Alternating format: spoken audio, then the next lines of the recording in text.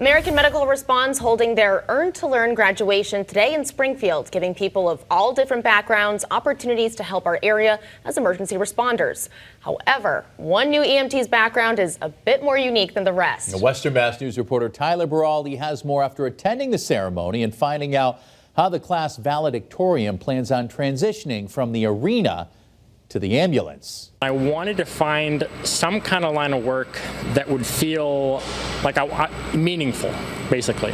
From performing live at the Circus to saving lives with American Medical Response, Marlon Archer's journey to Earn to Learn graduation is anything but standard. I hold people in handstands around here. I throw them in the air, I catch them. We do various dance lifts and tricks of all kinds. That experience providing a background in health and injury management. It's inevitable. People fall doing skills, they get hurt. There's a small aspect of managing injuries involved in that. It was Archer's life's work until one day he found himself juggling the career he knew with the purpose he wanted. And with AMR Springfield paying applicants to receive training, he found a way to do exactly that. I wanted something that I could wake up in the morning and feel like the work was necessary, that it was going to really serve my community, that was going to help people around me. Trading the spotlight on stage for ambulance lights in a crisis. Now, even though the two jobs are wildly different, Archer emphasizes that the skills he learned through performance